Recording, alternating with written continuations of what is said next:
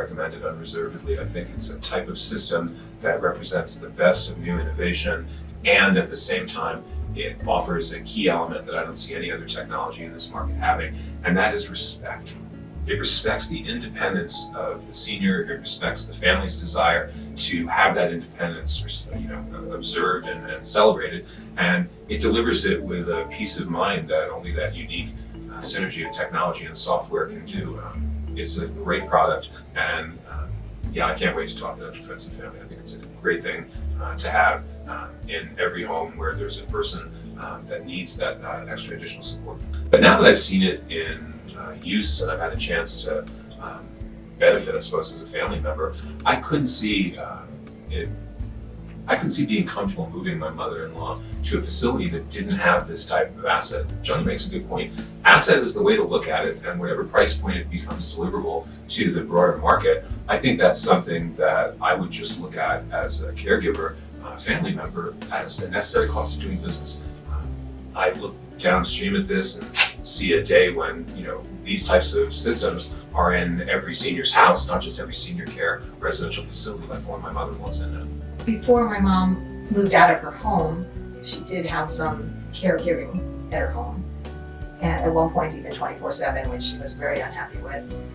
We also tried, I can't remember the name of it, where if anything happened, she would be able to push a button or call, and she was wearing a pendant around her neck, and I think even that was just too high tech for her to really get the full benefit out of.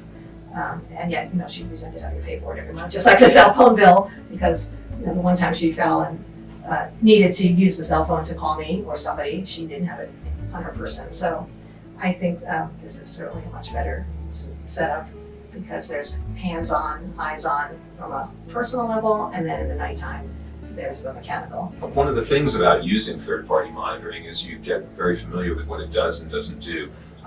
Large, easy-to-use jitterbug-type phones for seniors sound great, but as Joni said, if they're not on your person, they're not very helpful in the event of a fall. Monitoring pendants are wonderful if your aging parent doesn't feel like it's a leash around their neck like a small puppy dog. But what Mercury AI offers is the ability to have those monitoring features, the things that are contained in a monitoring pendant, the ease of communication in the background that a good cell phone can offer, but in a way that doesn't require it to be directly in that third-party, independent-minded senior's face, literally. It's the nicest and most gentle way, I think, of being in the background. And again, I can't emphasize enough what I think Mercury AI delivers in that, as Joni said, personal care during the day and someone to keep an eye out at night. And they've managed to be able to deliver that package in a product that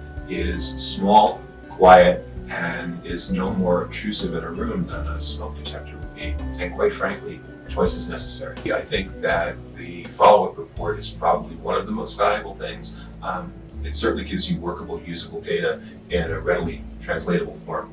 I think also, one thing I might add to what Joni said is that I like the idea of the security that it's a safety net as well as a monitoring system. And when I say safety net, what I mean specifically is that in the event of any adverse event in a senior's room or suite in a facility, the important time gap is between when that stumble or fall in the bathroom takes place, when that confusion or temporary disassociative phase becomes apparent, and the caregiver being notified. And that's happening in the background, and it's happening in real time, and that's just a real peace of mind element for me.